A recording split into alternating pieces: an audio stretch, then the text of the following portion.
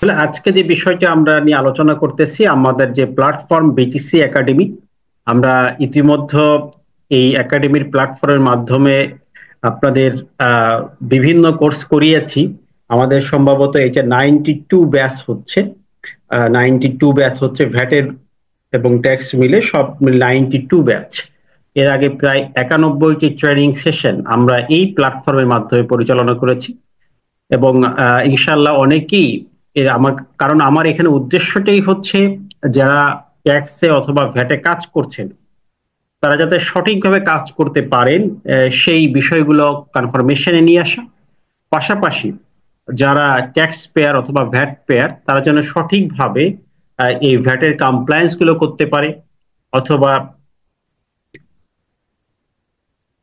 ভ্যাটের যে কাজগুলো আছে সঠিকভাবে করতে পারে, সেই বিষয়গুলো তাদের কাছে নিয়ে আসা। এই জন্যই মূলত আজকে আমাদের এই বিষয়। আর আমাদের কোর্সের যে বিষয় আমরা ইতিমধ্যে জেনেছি যে কোর্সের আমরা একটি প্ল্যান করেছি। আমাদের এখানে 16টা ক্লাস হবে। এই প্রতিটি ক্লাসে রেকর্ডেড থাকবে। আমরা এখানে ডকুমেন্ট দিয়ে দিব আপনাদের। এই ক্লাসটা আমরা স্পেশালি ডিজাইন করেছি এবং তার জন্য যতগুলো ডকুমেন্ট প্রয়োজন ইতিমধ্যে আমরা এগুলো তৈরি করে ফেলেছি। ইনশাআল্লাহ প্র্যাকটিক্যাল বেসড একটি নতুনত্ব পাবেন এই সেশনগুলোতে।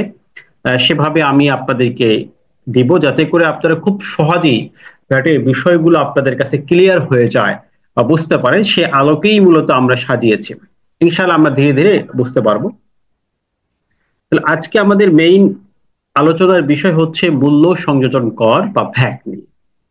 আমরা সকলে অবগত বা সকলেই ভ্যাট সম্পর্কে মোটামুটি একটু ধারণা আছে। আমরা জানি যে ভ্যালু অ্যাডেড ট্যাক্স এটা হচ্ছে ভোক্তা কর, যিনি মূলত ব্যয় করেন বা ব্যয় করও বলতে পারেন, আহ, তার উপরেই এই ট্যাক্সটি বা ভ্যাটটি আরোপিত হয়।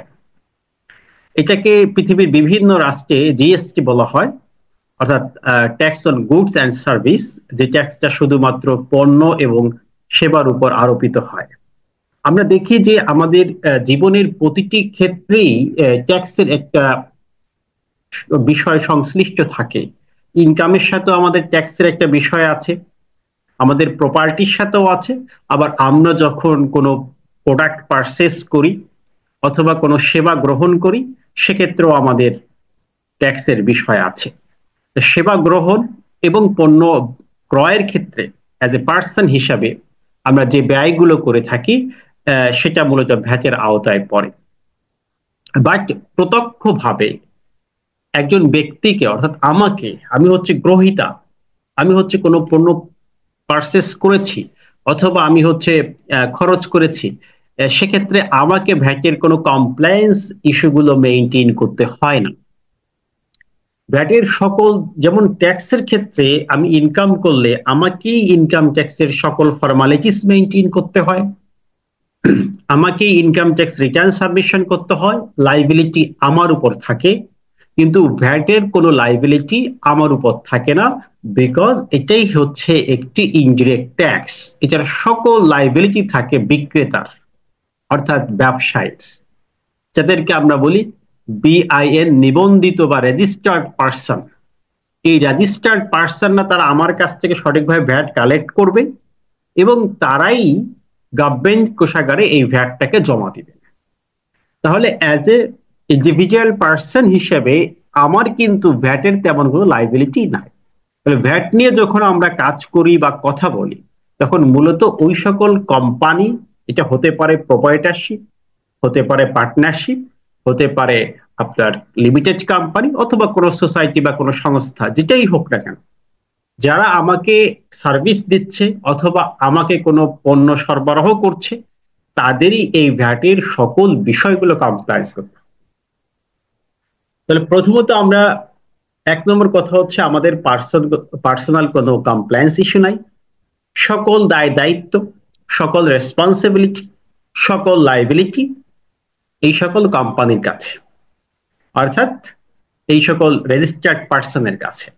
তাহলে আমরা দেখব যে একজন রেজিস্টার্ড পার্সনের ভ্যাটটা কিভাবে হয়, তারা আসলে ভ্যাটের কি কি কাজ করে। বা আমরা যখন কনসালটেন্সি করি তখন একটা কোম্পানি আমাদের কাছে আসে, হয় প্রোপাইটারশিপ, সেখানে তো একজন ব্যক্তি একটা কোম্পানি, অথবা পার্টনারশিপ ফার্মাসি, তখন আমাদের তাদেরকে ভ্যাটের অ্যাডভাইস করতে হয় যে আপনার এই কাজগুলো আছে, বা আমরা যখন কাজ করি তাদেরকে কোন কোন বিষয়গুলো দেখতে হয়, এগুলো আমরা একদম প্রতিটি পয়েন্ট দেখব। তাহলে ভ্যাটটাকে যদি আমি একটু আহ, বুঝতে চাই যে ভ্যাটটা আসলে সেই কোম্পানিগুলো কিভাবে পরিশোধ করে। ভ্যাটের মূল থিম হচ্ছে, ভ্যাটটা হচ্ছে আমাদের আহ রেয়াত ভিত্তিক ব্যবস্থা। সেখানে আমরা যদি একটু প্র্যাকটিক্যালি আমাদের যে লেকচার শিট আছে সেখানে যদি চলে যাই, সেখানে দেখব আমাদের প্রথম অধ্যায়ে এই বিষয়গুলো আছে, প্রাথমিক বিষয়গুলো। কারণ আমি প্রথম যে অধ্যায়টি আপনাদের সাথে শেয়ার করবো এটা হচ্ছে ভ্যাটের প্রাথমিক আলোচনার যে বিষয়টি, সেখানে এই বিষয়গুলো আছে। যেমন ভ্যাটটা কি আমরা প্রেজেন্টেশনে দেখলাম, এটা যদি আমি একটু দেখি, যেমন আমরা বললাম যে ব্যবসায়ীদের উপর মূলত সকল দায় দায়িত্ব, তারা ভ্যাট কালেক্ট করবেন, তারা জমা দিবেন, তারা ভ্যাটের কমপ্লায়েন্স ইস্যুগুলো মেইনটেইন করবেন। এটা আসলে কিভাবে হয় দেখেন, যদি আপনি খেয়াল করেন যে একজন ব্যবসায়ী একটি পণ্য 1,000 টাকায় ক্রয় করলেন এবং তিনি 1500 টাকায় বিক্রয় করলেন। কারণ ব্যবসায়ীর কাজ কি, প্রোডাক্ট ক্রয় করে বিক্রয় করা, অথবা তিনি 1500 টাকার সার্ভিস দিলেন, সেবা দেওয়া, এই দুটি কাজই তারা করে থাকেন। এই পণ্যটি যখন আপনার ক্রয় হচ্ছে তখনও কিন্তু এটার মধ্যে ভ্যাট ইনক্লুসিভ ছিল, ইনক্লুডেড ভ্যাট ছিল, এটার মধ্যেই ভ্যাট আছে। ঠিক আছে, 1,000 টাকার পণ্যের মধ্যে আমরা যদি 15% যারা ভ্যাট বের করি, তাহলে 1000 গুণ 15 ভাগ 115, এটা হচ্ছে ভ্যাট নির্ণয়ের সূত্র, ইনক্লুসিভ সূত্র। সেক্ষেত্রে আমরা দেখি যে 1,000 টাকার মধ্যে 130 টাকা ভ্যাটই ছিল।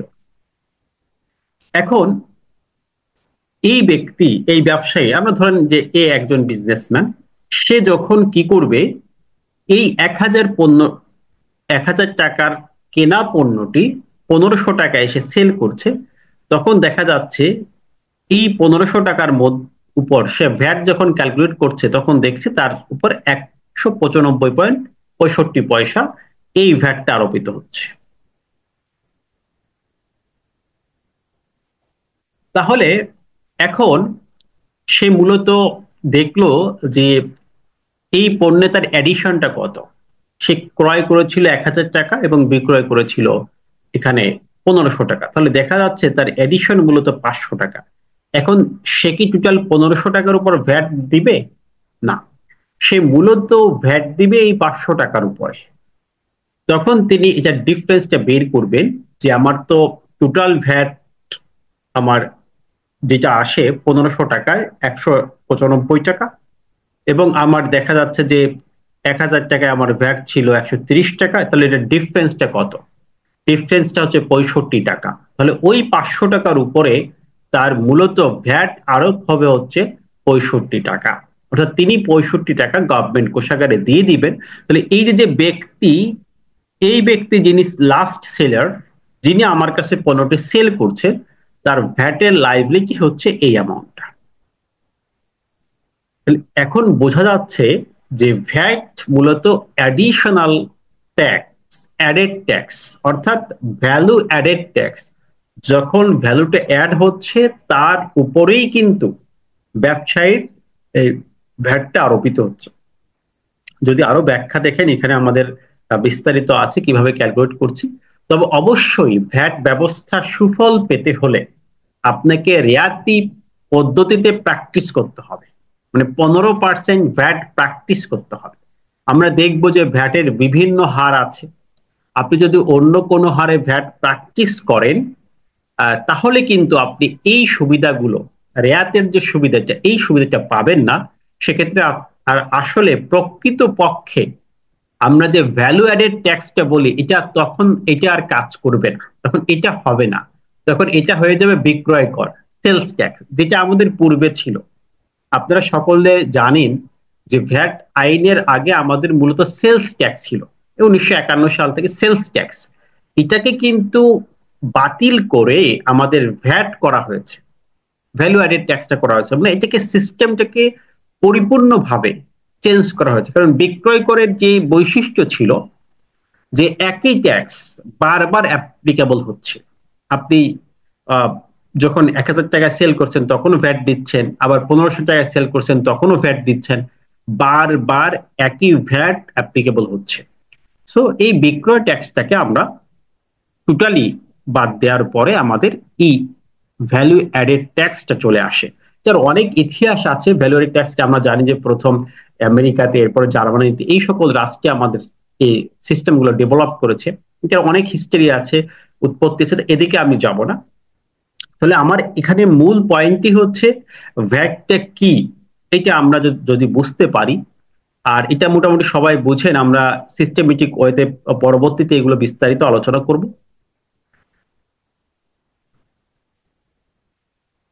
এখন এই যে ভ্যাট নিয়ে আমরা কাজ করব, প্রথম কথা হচ্ছে যে এই ভ্যাট নিয়ে কাজ করতে হলে আমাদেরকে কোন কোন বিষয়গুলো জানতে হবে, সেই বিষয়গুলো অর্থাৎ প্রথম কথা হচ্ছে আমরা যারা কনসালটেন্ট হিসেবে কাজ করি, ভ্যাট নিয়ে কাজ করব, অথবা যারা ভ্যাট পেয়ার তাদের জন্য প্রয়োজন যে আমাদের আসলে ভ্যাট নিয়ে কাজ করতে হলে এটার সোর্সটা কি, কোন জায়গায় আমরা কোন বিষয়গুলো পাবো, অথবা কোন কোন বিষয় নিয়ে আমাদের একটু স্টাডি করতে হবে। সেক্ষেত্রে আপনারা জানেন যে ভ্যাটের যে 1991 সালের যে আইনটি আছে,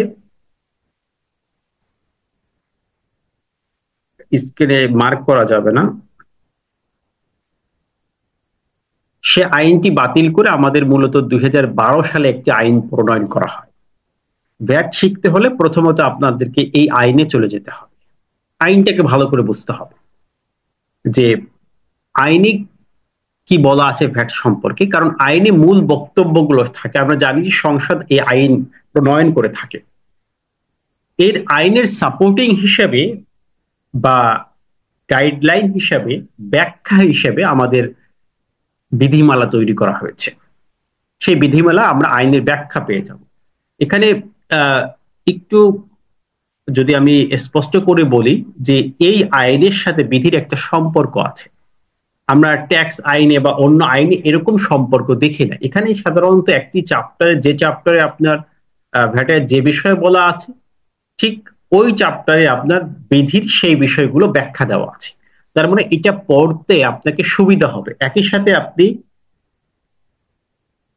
আইন এবং বিধিটা পড়তে পারবেন। এজন্য এটা খুবই ইফেক্টিভ হবে আপনাকে যে ভ্যাট আইনটা বোঝা, পাশাপাশি এটার ব্যাখ্যাটা, বিধিটা বুঝে ফেলা। এরপরে দেখবেন যে প্রতি বছরই কিন্তু আমাদের ফিনান্স অ্যাক্টের মাধ্যমে ভ্যাটের কিছু পরিবর্তন আসে, যেগুলো পরবর্তীতে আপনি অর্থ আইনে পেয়ে যাবেন। বাজেটের পরবর্তী যে অর্থ আইনটি হয়, যেমন এখন 2024 সালে একটি অর্থ আইন আছে, এই আইনটাও আপনার জন্য খুবই গুরুত্বপূর্ণ। কারণ এই আইনে ভ্যাটের কিছু হার, কিছু এক্সামিশন, কিছু বিষয় পরিবর্তন আসছে। সো আপনাকে ওই বিষয়গুলো ভালো করে জানতে হবে। এখানে আরেকটি বিষয়, যে অনেক সময় দেখা যাচ্ছে আমাদের ভ্যাট যেহেতু অনেক ভাস্ট একটি বিষয়, সেখানে রেগুলার কিছু চেঞ্জ আসে, কারণ এটা মোস্ট চেঞ্জেবল ল।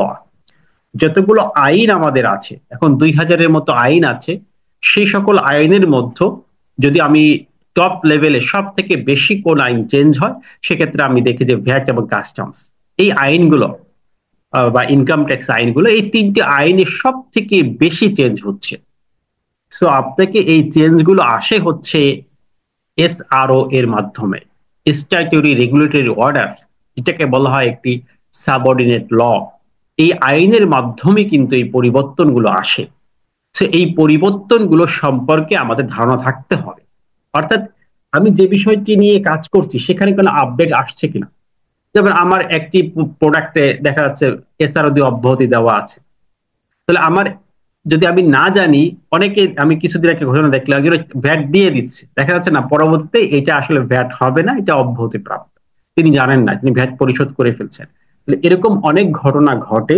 সেক্ষেত্রে আমরা যারা ভ্যাটে কাজ করছি বা করব বলে আমরা এখানে জয়েন করেছি, সবাই কি এই বিষয়টি কনফার্মেশন নিতে হবে যে হ্যাঁ, আমি ভ্যাটের সকল এসআর গুলো বা যেগুলো আমার প্রয়োজন, গুরুত্বপূর্ণ এসআর গুলো সম্পর্কে আমার ধারণা আছে। এরপরে আমাদের এই এসএলওটাই হচ্ছে মেইন। এছাড়া আমাদের কিছু আদেশ আছে, যেগুলো সাধারণ আদেশ হয়, সকলের জন্য প্রযোজ্য, বিশেষ আদেশ হয়, বা অনেক সময় ব্যাখ্যা আমাদেরকে দেয়া হয়, এই ব্যাখ্যা দুই ভাবে হয়, যে আপনি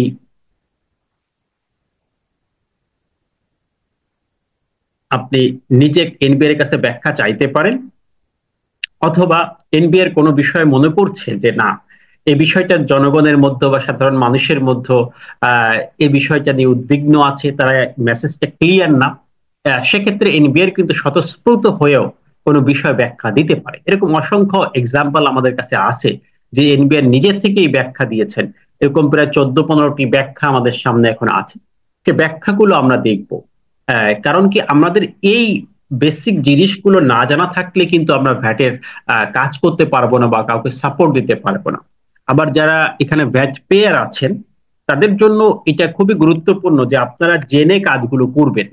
কারণ অনেকেই কিন্তু না বুঝে না জেনে কাজ করে ফেলে, পরবর্তীতে যে প্রবলেমে পড়ে। সেক্ষেত্রে যেমন আমার কাছে ভালো লেগেছে যে এখানে একজন ভাই এই কোর্সে জয়েন করেছেন, তিনি প্রথমে আমার কাছে এসেছেন যে স্যার, আমি নতুন কোম্পানি খুলেছি, দেন আমি এই কোর্সে এনরোল হয়েছি, এখন আমি কোর্সটাই করব, আমি নিজেও জানবো, আবার আপনাদের কাছে সাপোর্টও নিব।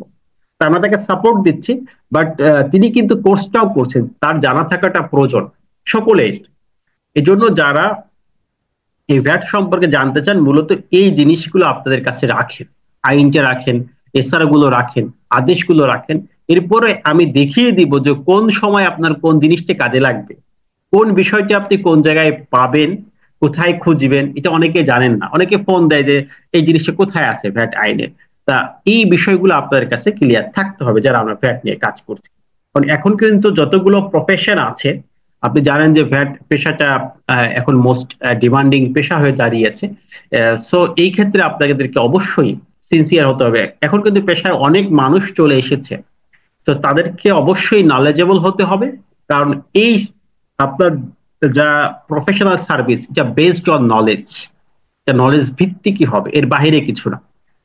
এখানেও আমরা সেই নলেজটাকে শেয়ার করছি, অতএব আপনাকে এটা করতে হবে। এখন আমাদের মেইন টপিকে আসি, একদম খোলামেলা আলোচনা করে মেইন পয়েন্ট গুলোতে আসি। যে আমরা তো এই আইনগুলো জানলাম, এখন এই আইনে মূলত আমাদের কি কি প্রতিপালনীয় বিষয় আছে, কিন্তু কমপ্লায়েন্সের ইস্যু আছে। একটি কোম্পানি আমার কাছে যখন আসে, বা একজন প্রোপাইটার আসেন, বা কোনো পার্টনার আসেন, তিনি বলেন যে আমাদের আসলে ভ্যাটের কি কি কাজ আছে, কি কি কাজ করতে হবে। অথবা অ্যাজ এ কনসালটেন্ট হিসেবে আপনাকেও জানতে হবে যে ভ্যাটে আমরা আসলে কি কি কাজ করি, কোন বিষয়গুলো আমাদের প্রয়োজন। হয়তো আইনের সকল বিষয় কিন্তু আমাদের সমভাবে গুরুত্বপূর্ণ নয়, এখানে অনেকগুলো বিষয় আছে আপনি স্কিপ করে যেতে পারবেন, কিন্তু বাট আপনাকে কোন বিষয়গুলো প্রাথমিকভাবে প্র্যাকটিক্যালি লাগবে সে বিষয়গুলো আগে ফাইন্ড আউট করতে হবে। যে আমার একটা কোম্পানিতে ভ্যাটের কাজগুলো কি, আমি কি কি কাজ করবো। তা আমি প্রথমে আজকে এই বিষয়টা শেয়ার করছি যে আমাদের আসলে কোম্পানিতে কাজগুলো কি থাকে, তা ভ্যাট যারা দেয় তারা আসলে কি কি কাজ করে, অর্থাৎ যে বিষয়গুলোতে কাজ হয় রেগুলার, সেখানে আমাদের নলেজটা ডেভেলপ করতে হবে, সে বিষয়গুলোকে আমাদের সাপোর্ট দিতে হবে, সেই বিষয়গুলো আমাদের ভালো করে জানতে হবে। প্রথমত আমি এই বিষয়গুলো নিয়ে আসি, যে আমাদের কোন কোন বিষয়গুলোতে আসলে কাজ হচ্ছে। 1 নম্বর পয়েন্ট দেখেন,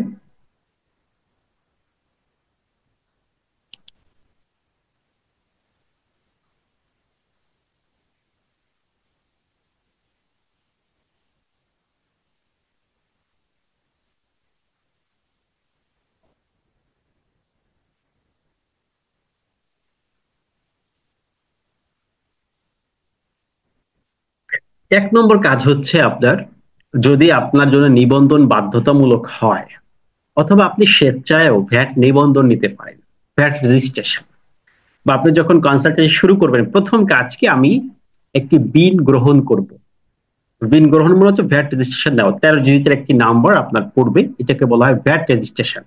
তাহলে অ্যাজ এ কনসালটেন্ট হিসেবে আপনার প্রথম কাজ হচ্ছে এই বিন রেজিস্টার্ড করে দেওয়া, বিন রেজিস্ট্রেশন নেওয়া। বা একটা কোম্পানি যিনি প্রথমে চিন্তা করছেন, তিনি ভ্যালুরেট ট্যাক্সের আওতায় পড়েছেন, অথবা তিনি ইম্পোর্ট করবেন, নতুন কোম্পানি খুলেছেন, তার প্রথম কাজ হচ্ছে ভ্যাট নিবন্ধন নেওয়া। তাহলে আমরা ভ্যাট নিবন্ধনের পদ্ধতি সম্পর্কে স্বচ্ছ ধারণা রাখতে হবে। ভ্যাট নিবন্ধন নিয়ে বিস্তারিত আলোচনা আছে যে কিভাবে আপনাকে এই মূসক নিবন্ধন নিতে হবে।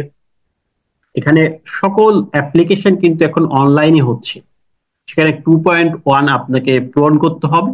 এই 2.1 পূরণ করতে গেলে সেখানে অনেকগুলো কমপ্লায়েন্স ইস্যু আসবে, যেমন আপনার হাউস রেন্ট ডিডটা আসবে, সেই ডিটে আপনি কত টাকা ভাড়া লিখেছেন এটার উপর কিন্তু ভ্যাট অ্যাপ্লিকেবল হবে। এছাড়া আপনার ব্রাঞ্চ নিবন্ধন করবেন নাকি সেন্ট্রাল নিবন্ধন হবে, বা কোন ধরনের নিবন্ধন আপনার হবে, আপনার জন্য ভিডিএস প্রযোজ্য কিনা, এই অনেকগুলো বিষয় কিন্তু সেখানে আপনাকে ইতিমধ্যে আপনাকে ইনফর্ম করতে হচ্ছে।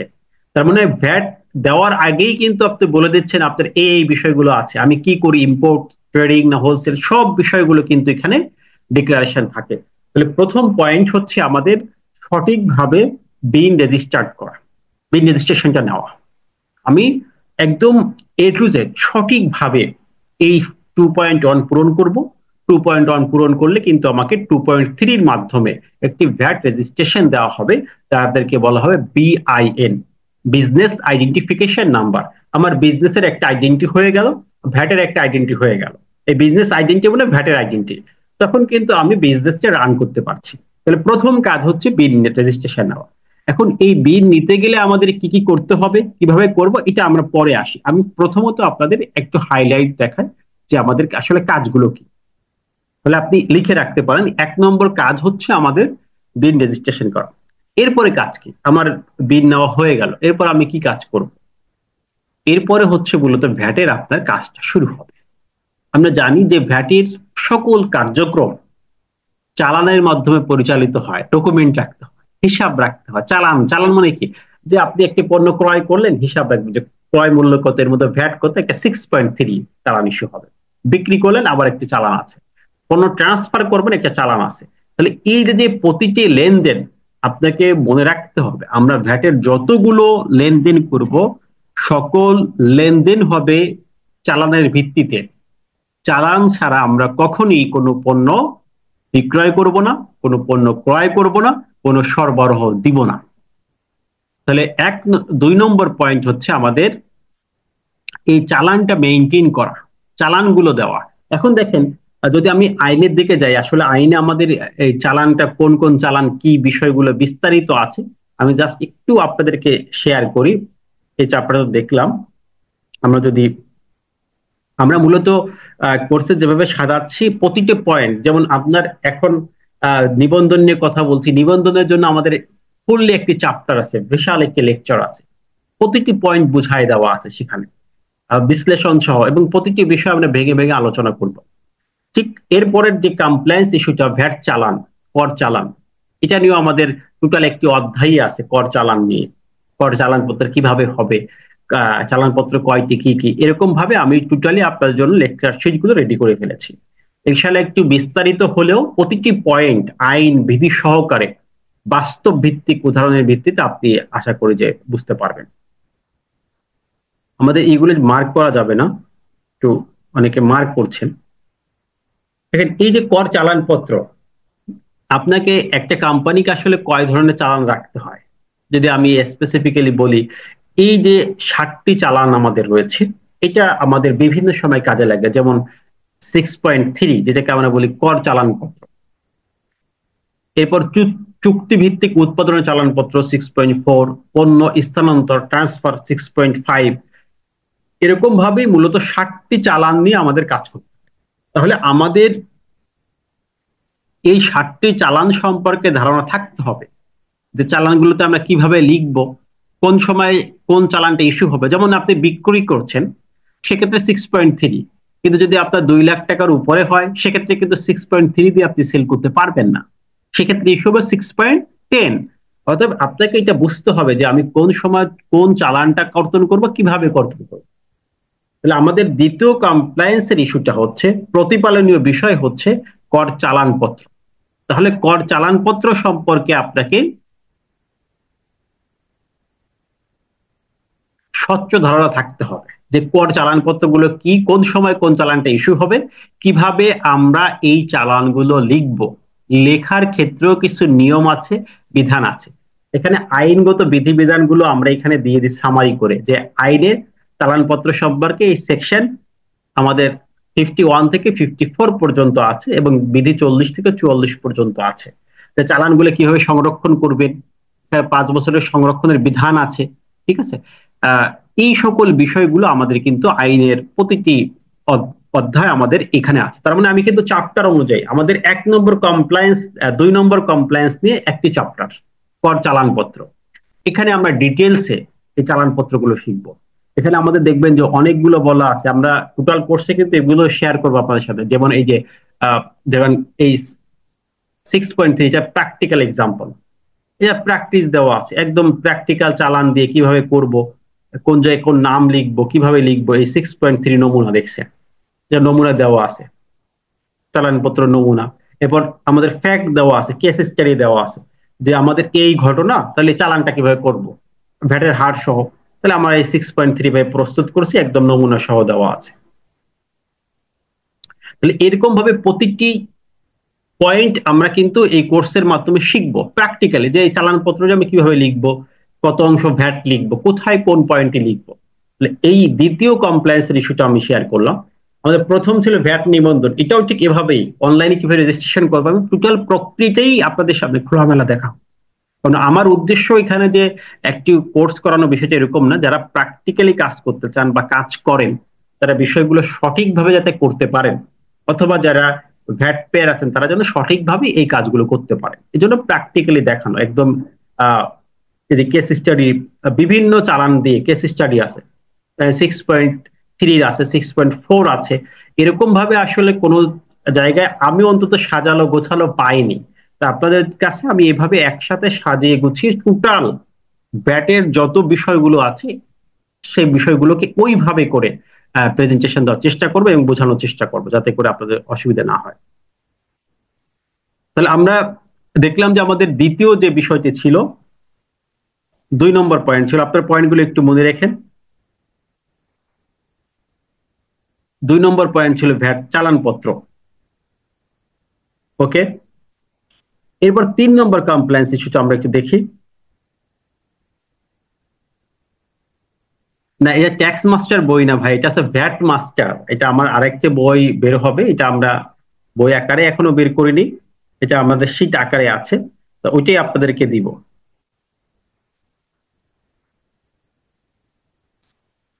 এরপরে আপনাদের আরেকটা কমপ্লেন্সের যে ইস্যুটা আছে, এটা হচ্ছে রেকর্ড রাখা। ভ্যাট আইনের যেমন আপনার চালান দিয়ে আপনি ক্রয় বিক্রয় বা সকল কিছু করলেন, ঠিক এভাবে করে এই যা ক্রয় বিক্রয় হলো বা সরবরাহ হলো বা সাপ্লাই আপনি ট্রেডিং করলেন অথবা সার্ভিস প্রদান করলেন, এই সকল কিছুই আমাদের রেজিস্টার্ড রয়েছে, সেই রেজিস্টার লিপিবদ্ধ হতে হবে। সেখানে আমাদের ভ্যাটের যে রেজিস্ট্রেশন গুলো আছে, রেজিস্টার্ড গুলো আছে 6.1, 6.2, 6.2.1, এই রেজিস্টারে আমাদেরকে সবকিছু এন্ট্রি দিতে হবে, ইনপুট দিতে হবে। এটা আপনি ম্যানুয়ালেও রাখতে পারেন, এটা আপনি সফটওয়্যারও রাখতে পারেন, অনলাইন বেসিসেও রাখতে পারেন। সো এখানে আমাদের এই রেজিস্টার নিয়ে আমাদের আলোচনা থাকবে। তাহলে 3rd নাম্বার কমপ্লায়েন্স হচ্ছে রেজিস্ট্রেশন মেইনটেইন করা, রেজিস্টার মেইনটেইন করা। আমাদের সকল কিছু কিন্তু রেজিস্টারে থাকবে। শুধুমাত্র চালান প্রদান করলাম, ভ্যাটের কমপ্লায়েন্স শেষ হয়ে গেল, বিষয়টি এরকম নয়। সকল কিছু আমাদের কিসে থাকবে? রেজিস্টার লিপিবদ্ধ থাকবে। যে আমি চালান তো ক্রয় করলাম, ওকে, ক্রয় করার পর রেজিস্টার হলো যে এত টাকার পণ্য ক্রয় করলাম। আবার বিক্রি করলাম, ওটাও রেজিস্টারে থাকবে, এত টাকা বিক্রি করলাম। আমার যদি ইম্পোর্টার হয়, সেক্ষেত্রে ক্রয় বিক্রয় আমি সমন্বিত রাখতে পারি, সেই সিস্টেমও আছে। আমরা এটাও একটু দেখি যে যদি আমাদের এরকম ঘটনা ঘটে, আমরা আগে প্রথমত দেখলাম যে আমাদের চালানের বিষয়ে স্বচ্ছ ধারণা রাখতে হবে। দ্বিতীয়ত আমরা দেখি ভ্যাট রেজিস্টার, এটা নিয়ে আমরা বিস্তার আলোচনা করবো একটা চ্যাপ্টারে। ভ্যাট রেজিস্টার কিভাবে মেইনটেইন করতে হয়, আমাদের রেজিস্টার গুলো কি কি, এটা হচ্ছে আমাদের 6ষ্ঠ চ্যাপ্টারে থাকবে। ভ্যাট রেজিস্টার সম্পর্কে একটি ডিটেলস আলোচনা আমাদের আসবে। যেমন এখানে আমাদের যে সকল রেজিস্টার রয়েছে, একটা আমার 6.1, এটা সম্পর্কে আমাদের ধারণা থাকবে। 6.1 আমাদের কিভাবে পূরণ করতে হয়, এটার আইনি বিষয়গুলো কি কি, নির্দেশনা কি, বিধিতে কি বলা আছে। 6.2, 6.2.1, মূলত এই 3টে রেজিস্টার আমাদের মেইনটেইন করতে হয়। এরপর স্পেসিফিক্যালি আমরা দেখাবো যে বাণিজ্যিক আমদানিকারক সে কিভাবে রেজিস্টার মেইনটেইন করবে, যোগানদার কিভাবে মেইনটেইন করবে, ডিলার, ডিস্ট্রিবিউশন বা কমিশন এজেন্ট, তাদের অনেক কোয়ারিজ থাকে যে আমরা কিভাবে এই ভ্যাট রেজিস্টার মেইনটেইন করব, বা একজন ব্যবসায়ী কিভাবে ভ্যাট রেজিস্টার মেইনটেইন করবে। এই যে বিষয়গুলো আছে, এগুলো আমরা প্র্যাকটিক্যালি ইনশাল্লাহ প্রতিটি পয়েন্টে আলোচনা করবো। তাহলে এই যে ভ্যাট রেজিস্টার সিস্টেম 6.1, যেটা আমরা বলি যে ক্রয় হিসাব, ক্রয়ের হিসাব যে ডকুমেন্টটা থাকে, যে বইয়ে থাকে, যে খাতায় থাকে, এটা হচ্ছে ক্রয় রেজিস্টার। ঠিক বিক্রয়ের হিসাব যেটা থাকে, এটা হচ্ছে বিক্রি রেজিস্টার বা 6.2 আমরা বলি। তো এই 6.1-এ আমাদেরকে দেখা যাচ্ছে 21টি কলাম আছে। সেই 21টি কলামে কি কি লিখতে হয়, কোন কোন বিষয়গুলো থাকে, প্রতিটি পয়েন্টে কিন্তু দেখেন আমাদের ভেঙে দেওয়া আছে যে 21টি কলাম আছে, এটা লিখতে হবে। এরপরে আমাদের কেস স্টাডি দেওয়া আছে, প্র্যাকটিক্যাল এক্সাম্পল দেওয়া আছে। এরকম ভাবে প্রতিটি জায়গা থেকে আমরা প্র্যাকটিক্যাল এক্সাম্পল ভিত্তিক এই রেজিস্টার গুলো পূরণ করা শিখবো। আর আপনাদের দায়িত্ব হচ্ছে যে থার্ড যে পয়েন্টে আমরা বললাম যে এই রেজিস্টারটা মেইনটেইন করা। এরকম ভাবে আমাদের একটা কেস স্টাডি দেওয়া আছে যে একজন ব্যক্তি ক্রয় করলেন, তাহলে তারটা আসলে কিভাবে রেজিস্টার লিপিবদ্ধ করবেন, নমুনা দেওয়া আছে। তাহলে প্রতিটি বিষয় কিন্তু আমরা প্র্যাকটিক্যালি শেখার চেষ্টা করব। তার মানে আমরা এখানে জানতে পারলাম আমাদের যে থার্ড কমপ্লায়েন্সের ইস্যুটা আছে ভ্যাট আইনে, এটা হচ্ছে রেজিস্টার্ড মেইনটেইন করা, রেকর্ড রাখা, রেকর্ড সংরক্ষণ করা। আমি আজকে কি পয়েন্ট গুলো আমি আপনাদেরকে দেখাচ্ছি।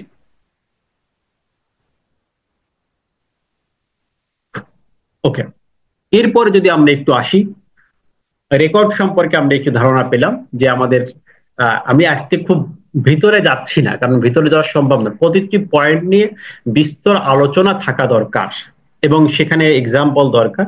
তো আমি সেদিকে না যে, আমি মূলত আপনাদেরকে একটা হাইলাইটস দেখাচ্ছি। এরপরে সব থেকে গুরুত্বপূর্ণ যে ইস্যুটা আমাদের সাথে সামনে আসে, এটা হচ্ছে আমাদের ইনপুট আউটপুট কোএফিসিয়েন্ট, অর্থাৎ মূল্য সহগ বা সহগ ঘোষণা, যার পূর্বের নাম ছিল প্রাইস ডিক্লারেশন। চতুর্থ নম্বর কমপ্লেন্স আমরা আছি। 4 নম্বর কাজ কি, আমরা যখন কোনো প্রোডাক্ট সেল করব বা আমি কোনো প্রোডাক্ট উৎপাদন করেছি, সেলের পূর্বেই আমাকে এটার ডিক্লারেশন দিতে হবে যে আমার এর পিছনে কস্টিং কত, এটা কত টাকা মূল্যে আমি সেল করব, আমার এডিশন কত। আমরা এই 4.3 নিয়ে আমাদের অনেক মামলা হয়, কারণ এই প্রাইস ডিক্লারেশনটা আমাদের একটা কনফ্লিক্টিং ইস্যু আছে। অনেকগুলো বিষয় এখানে আছে, যেমন সার্কেলের সাথে একটি বিষয় আছে, তারা কিছু বিষয় মানতে চান না, যে এত কম এডিশন দিলে অনেক সময় তারা মানেন না।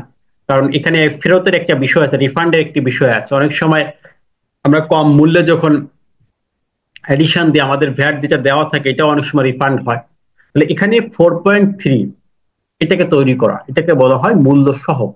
তাহলে আমাদের আরেকটি ইম্পর্টেন্ট ইস্যু হচ্ছে আমাদের মূল্য সহগটা বুঝতে হবে। আবার যেমন আমাদের সেবার ক্ষেত্রে তো সহগ নাই, তো কোন ক্ষেত্রে আমাদের সহগ আছে।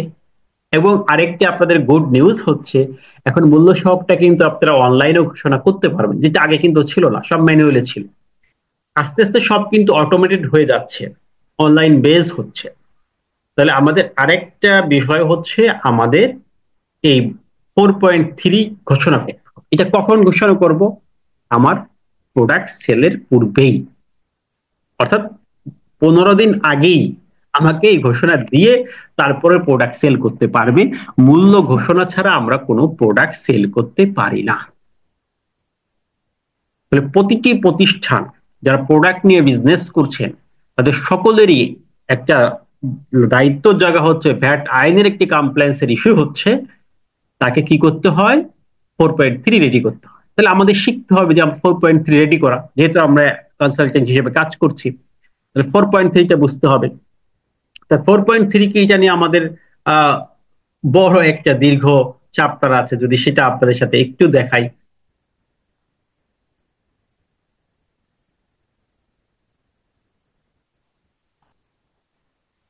চ্যাপ্টার 5-এ আছে যে আমরা আসলে কিভাবে একটা ডিক্লারেশন দিই, যেটাকে আগে যদি সহজ নাম ছিল প্রাইস ডিক্লারেশন, এখন বলা হচ্ছে ইনপুট আউটপুট কোএফিসিয়েন্ট বা উৎপাদন উপকরণের সহগ যেটাকে বলা হয়, বা মূল্য সহগ বলি আমরা।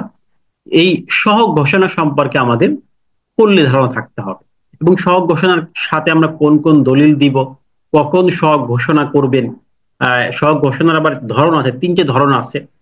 আর এখানে মূলত আরেকটি সহগ ঘোষণার সাথে একটি ইম্পর্টেন্ট ইস্যু চলে আসে, এটা হচ্ছে ন্যায্য বাজার মূল্য নির্ধারণ। কারণ সহগটা যে আপনি ঘোষণা দিলেন, সেখানে কি আপনার এই যে ন্যায্য বাজার মূল্য যে কম্পারেটিভ মেথড, এটা কাজ করছে কিনা। কারণ এখানে আইনের ভিত্তি হচ্ছে ন্যায্য বাজার মূল্য। সহগ ঘোষণার ক্ষেত্রে আমাদের যে আইনের প্রিন্সিপালটা ফলো করা হয়, এটা হচ্ছে ন্যায্য বাজার মূল্য। যে আপনার আসলে এই সহগটা বাজার মূল্য যেটা আছে, বাজারে যেভাবে চলছে সেভাবে ঘোষণা করতে হবে। আপনি যদি কম মূল্যে ঘোষণা করেন, এটা আবার হবে না। আবার সহগটা ঘোষণা করার ক্ষেত্রে আপনার যদি একই প্রোডাক্ট হয়, তাহলে একবারই ঘোষণা করলে হয়ে যায়, রিপিট করা লাগে না, বারবার ঘোষণার প্রয়োজন হয়। যদি না তার ভ্যালুর মেজর চেঞ্জ না আসে, 7.5% বেশি ইনক্রিজ অথবা ডিক্রিজ না হয়, তাহলে ওই এক ঘোষণা দিয়েই কিন্তু আপনার প্রোডাক্ট গুলো সেল করা যাবে। এখানে 4.3টা আমাদের খুব গুরুত্বপূর্ণ একটা ইস্যুস, যে সহগ ঘোষণা। এখানে আমাদের আছে যে কিভাবে ঘোষণা দিতে হয়, কখন ঘোষণাটা দিতে হবে, কিভাবে আপনি সার্কেলে যে জমা দিবেন, যদি ম্যানুয়ালি জমা দেন, অনলাইন দেওয়ার পদ্ধতি, সবকিছু আমাদের এখানে বিস্তারিত আছে। যে সহগ কিভাবে ঘোষণা করতে হয় এবং তার সাথে কি কি দলিল কপি দিতে হয়, সংযোজনটা কি থাকে। এই 4.3 আমাদের নমুনা কপি আছে। সেখানে আমাদের কিভাবে কস্টিংটা বের করতে হয়, আমাদের এখানে এক্সাম্পল দেওয়া আছে। কাস্টিং শিটটা আগে বের করতে হবে, সেখানে আমাদের খরচ কিভাবে হবে, এডিশন কতটুকু হবে, এইভাবে প্রতিটি পয়েন্টের আলোকেই কিন্তু আমাদের একটা ঘোষণা এইভাবে আসে।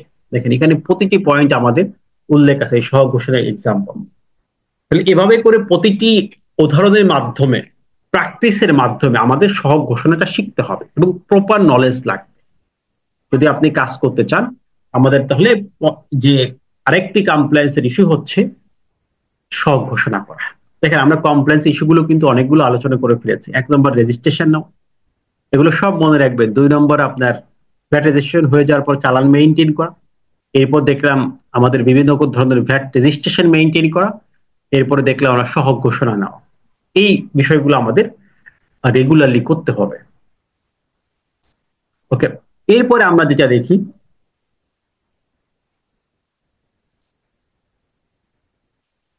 আমাদের মূল্য সহগ ঘোষণা হয়ে যাওয়ার পরে আমাদের মূলত আর যে দুটি কাজ করতে হয়, এটা হচ্ছে এই যে মূল্য সহগ ঘোষণা করলাম, সেখানে আমাদের একটা উপকরণ আছে, উপকরণের ভ্যালু আছে, এটাকে আমাদের রিয়াত নিতে হয়, রিবেট নিতে হয়। কারণ আমরা দেখেছি যে পূর্বের যে করগুলো আছে, এটা যদি আমরা পরিশোধ, যেমন পার্সেস মূল্য কিন্তু আমরা ঘোষণা করি এত টাকা পার্সেস, তাহলে ওইটার উপরে একটা ভ্যাট আমরা কিন্তু ইতিমধ্যে পরিশোধ হয়েছে, যেহেতু ইনক্লুসিভ ভ্যাট। তাহলে ওই ভ্যাটটাকে ক্রেডিট নিতে হবে, কারণ ভ্যাট মানে হচ্ছে output tax minus input tax. তাহলে আমার কাছে যে টাকায় ট্যাক্স এসেছে, এটা রেয়াত নেওয়ার মাধ্যমেই কিন্তু আমি ভ্যাটের পুরোপুরি সুফল পাবো। আমাকে কিন্তু এটা রিবেট নিতেই হবে, না নিলে কিন্তু ভ্যাটের মূল প্র্যাকটিস আমার থাকে না। ঠিক আছে, তাহলে এখানে আমাদের এই উপকর কর রেয়াত নেওয়া এটা গুরুত্বপূর্ণ বিষয়। এই রেয়াত নেওয়ার মাধ্যমে কি হবে, আমার ভ্যাট লাইবিলিটি কমে যাবে। দেখেন, রেয়াত মানে কি, ছাড় পাওয়া, ডিসকাউন্ট পাওয়া। রেয়াত মানে কমে যাওয়া, মানে রেয়াত নেওয়ার মাধ্যমে আমার ভ্যাট কমে যাওয়া। সরাসরি আমি বাদ দিতে পারছি, প্রিভিয়াস যে ভ্যাট গুলো দিয়ে এসেছি। ইনকাম ট্যাক্স রিবেট আর ভ্যাট রেয়াত কিন্তু এক জিনিস না, অনেকে ভুলাই ফেলেন। এই দুটো সম্পূর্ণ ডিফারেন্ট ইস্যুস। ভ্যাট রেয়াত মানে টোটাল টাকাটাই যা পরিশোধ করেছে মাইনাস করা, আর ইনকাম ট্যাক্সের রেয়াতে তো আমরা জানি সবাই একটু ভিন্ন সেন্সে আসছে। তাহলে এই যে রেয়াত মূলত হচ্ছে মূসকের ইঞ্জিন, কারণ এই রেয়াতের মাধ্যমে মূসক সিস্টেমটা দাঁড়িয়েছে। রেয়াত যদি আমরা না নেই, তাহলে তো আসলে ভ্যাট কাজ করে না, ভ্যালুয়ের ট্যাক্স হয় না। তখন আমরা বলতে পারি যে সেলস ট্যাক্স, অন্য ট্যাক্স হয়। ভ্যালুয়ের ট্যাক্স বলতে গেলে অবশ্যই আপনাকে রেয়াত সম্পর্কে, এবং এর সাথে সাথে আরেকটি গুরুত্বপূর্ণ বিষয় হচ্ছে VDS, VAT deduction at source. উৎসে ভ্যাট কর করতো না। যেমন আমাদের আইনের যেমন উৎসে ট্যাক্স কর কর্তন আছে, ভ্যাট আইনেও উৎসে ভ্যাট কর কর্তন আছে। এই দুটো কিন্তু একই সাথে একটি বিলের উপর বা একটি পেমেন্টের উপর আমাদের ট্যাক্সও কর্তন করতে হয়, ভ্যাটও কর্তন করতে হয়। তো এখানে আমাদের দেখতে হবে যে কখন একজন ব্যক্তি ভ্যাট কর্তন করেন। ভ্যাট কি সবাই কর্তন করেন না, এখানে ভিডিএস অথরিটি আছে, তারা কর্তন করেন। কয়টা ক্ষেত্রে করেন, কোন সময় করেন, কত হারে করবেন, এই সকল প্রশ্ন আমাদের ভালো করে বুঝতে হবে। এটা না বুঝলে কিন্তু আমরা সলিউশন দিতে পারবো না। তাহলে এটার জন্য কিন্তু আমাদের আমরা মোটামুটি ভ্যাট রেয়াত নিয়ে একটা চ্যাপ্টার করেছি, আর ভিজিএস নিয়ে একটা আপনাদের লেকচার করেছি। তো এই ভ্যাট রেজিস্টার তো আমরা দেখলাম, এরপর হচ্ছে রেয়াতটা আমরা দেখব। এখন তো অবশ্য আমাদের টাইমে খুব বেশি না, আমি জাস্ট হাইলাইট করে দিচ্ছি যে এই যে ভ্যাট রেয়াত, এই রেয়াতের বিষয়ে আমাদের কিন্তু এসআরওটা আছে। আর এরপরে বলতে হবে যে কোনগুলো আমাদের উপকরণ, আসলে কোনগুলো আমরা রেয়াত পাবো, সবগুলো কি আমাদের উপকরণ হবে কিনা, কোনগুলো রেয়াত নেওয়া যাবে না। সেক্ষেত্রে রেয়াত নেওয়ার ক্ষেত্রে আমাদের কিছু কন্ডিশন আছে, সেই কন্ডিশন গুলো পূরণ করতে হবে। বাকিতে ক্রয়ের ক্ষেত্রে আমাদের রেয়াত পাওয়া যাবে না, রেয়াতের জন্য কোন কোন দলিল আমাদের প্রয়োজন, ঠিক আছে। আহ কোন কোন ক্ষেত্রে আমাদের রেয়াত নেওয়া যাবে না, এরপর অনেক সময় আংশিক রেয়াত নেওয়া যায়, সেই সিস্টেমটা কি, এভাবে কেস স্টাডি। মোটামুটি এখানে রেয়াতের বিষয়ে আমাদের যেতগুলো বিষয় আছে সবগুলো বিষয় আমরা এখানে আলোচনা করব। তাহলে আমাদের আরেকটি যে কমপ্লেন্স ইস্যুটা হচ্ছে রেয়াত প্র্যাকটিস করা, রেয়াত নেওয়া। রেওয়াত না নিলে তো আমরা ভ্যাটের মূল যে সুফল, ভ্যাট যে জন্য আইনটা প্রণয়ন করা হলো, সেলস ট্যাক্সকে বাদ দিয়ে সেটা প্রতিফলন হয় না, সে আইনের আসলে কোনো মূল বিষয়টা আসে না। এই জন্য আমাদের এই রেয়াতটা গুরুত্বপূর্ণ। রেয়াত নিয়ে আমরা বিস্তারিত এখানে আমাদের টোটাল সিস্টেম গুলো দেওয়া আছে, এখানে রেয়াতের সূত্রগুলো আছে, কিভাবে উপকরণ রেয়াত হয়, আমরা রিটার্নে যে কিভাবে এই যে আউটপুট ট্যাক্সটাকে আমরা, রেয়াতটাকে কিভাবে আমরা অ্যাডজাস্টমেন্ট করি, কারণ সকল ইম্প্যাক্ট কিন্তু আমার লাস্ট মান্থে যে ভ্যাট রিটার্নে পড়বে, আমরা প্রতিটি পয়েন্টই ভ্যাট রিটার্নের সাথে কানেকশন কিভাবে হবে, এগুলো আমরা টোটালি প্র্যাকটিসের মাধ্যমে দেখানোর চেষ্টা করবো আপনাদের। তাহলে আরেকটা কমপ্লায়েন্সের ইস্যু গুলো রেয়াত, এবং আরেকটা মেজর কমপ্লায়েন্স ইস্যু আমি বললাম যে ভিডিএস।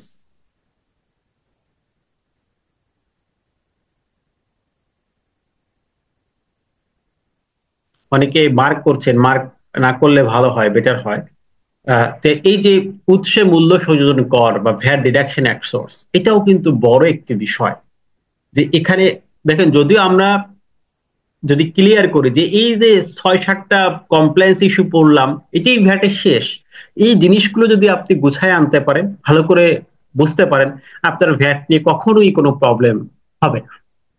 আমরা সেভাবে চেষ্টা করছি, যে কোর্সটাকে সাজিয়েছি যে, এবং সেভাবে আপনাদেরকে ট্রাই করবো। তাহলে এখানে উৎসে ভ্যাট কর কর্তনের বিষয় আছে, যে কোন কোন ক্ষেত্রে উৎসে ভ্যাট কর করতে হবে, কত হারে করতে হবে, কখন করবেন, ঠিক আছে। এ বিষয়ে আমাদের কিন্তু কিছু এসআরও আছে। মোটামুটি আমি একটি চ্যাপ্টারের সাথে রিলেটেড এসআরও সহ যত আইনি বিষয়গুলো এবং বিধির বিধানগুলো প্রয়োজন সবগুলো কিন্তু নিয়ে আসছে। এখানে দ্বন্দ্ব, যদি উৎসে ভ্যাট কর কর্তন না হয় সেক্ষেত্রে দণ্ডের বিষয় আছে। আমরা ভ্যাট রিটার্নে কিভাবে সমন্বয় করব, কোনটায় কত পার্সেন্ট আমি উৎসে মূসক কর্তন করবে, পার্সেন্টেজ গুলো সবগুলো এখানে দেওয়া আছে, যে কোন পণ্যে কত পার্সেন্ট আমি ভ্যাট কর্তন করব, ভিডিএস কর্তন করবো, এগুলো সবগুলো আমরা আস্তে আস্তে করে শিখবো। তাহলে আর একটি বিষয় আমাদের জানতে হবে যারা আমরা কনসালটেন্ট হবে, এটা হচ্ছে ভিডিএস সম্পর্কে ক্লিয়ার ধারণা থাকতে হবে। আর ভিডিএস এর পাশাপাশি অবশ্যই টিডিএস সম্পর্কে আপনার একটা ধারণা থাকা উচিত বলে আমি মনে করি।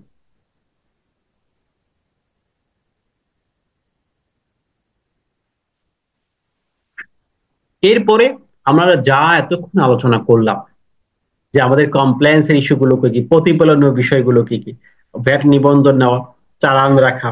দেখেন, যদি আপনি এট এ গ্লান্স বুঝে থাকেন, চালান সংরক্ষণ করা, রেজিস্ট্রেশন মেইনটেইন করা, মূল্য সহক দেওয়া, এরপরে কি রেওয়াত নেওয়া, ভিজিএস কর্তন করা, এই সকল কিছু করার পরে আপনাকে প্রতি মাসে পরবর্তী মাসের 15 তারিখের মধ্যে ভ্যাট রিটার্ন সাবমিশন করতে হবে। এটা মূলত এই যে সারা মাসে যা করেছেন, যে কাজগুলো রেখেছেন, যে ডকুমেন্ট গুলো রেখেছেন, এটা হচ্ছে সামারি, এটা ভ্যাট রিটার্ন। এটা আপনাকে অনলাইনে সাবমিশন, আর অনলাইনে সাবমিশন করলে এখানে আপনাকে টোটাল ভিডিএস এর বিষয়গুলো আসবে, অর্থাৎ ইনক্রিজিং আসবে, ডিক্রিজিং আসবে, সবকিছু সামারি এখানে চলে আসবে, অনলাইনে সাবমিশন করলেই হয়ে যাবে। এখন কিন্তু ম্যানুয়াল রিটার্নটা দেওয়া বাধ্যতামূলক নয়। অনেক সময় আগে আমরা ম্যানুয়ালিও সাবমিশন করতে হবে, এখন ম্যানুয়ালি করলেও আপনাকে অবশ্যই অনলাইনে করতে হবে, কারণ অনলাইনটা হচ্ছে আপনার জন্য ম্যান্ডেটরি। অনলাইনে ভ্যাট রিটার্ন সাবমিশন করা জরুরি। এখন এই যে ভ্যাট রিটার্ন যখন আমরা কথা বলবো, তখন কিন্তু অনেক কিছু চলে আসবে। যে ভ্যাট রিটার্নটা আমরা আসলে মাস শেষে কিভাবে পূরণ করব, সেখানে কোন কোন ইস্যুস গুলো আছে, কোন কোন বিষয়গুলো আছে, এটা কিভাবে করব, কোন বিষয়গুলো আমাদের আসলে মূলত এখান থেকে জানা উচিত।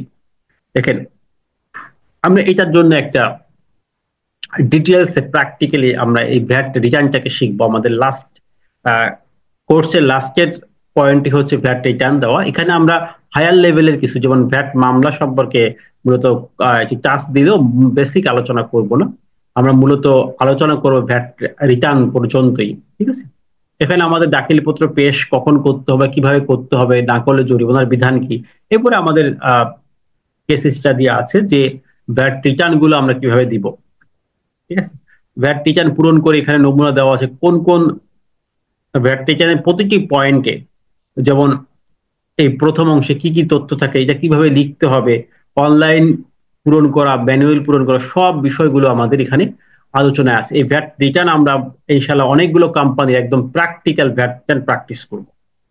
প্র্যাকটিক্যাল ভ্যাট রিটার্ন প্র্যাকটিস করা, এর সাথে এই সকল বিষয় সমন্বয় করেই কিন্তু আমরা এভাবে করে ভ্যাটটাকে শিখবো।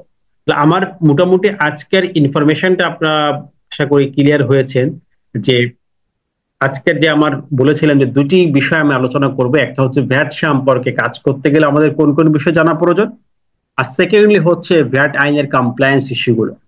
আরো অনেক বিষয় ছিল যেগুলো আলোচনা করা যেত, কিন্তু আমাদের টাইমের সাথে আমি অবশ্যই খেয়াল রাখি যে 1 ঘন্টার মধ্যে আমরা শেষ করব ইনশাআল্লাহ। লাস্ট 10 মিনিট আমরা, আপনাদের যদি কোনো প্রশ্ন থাকে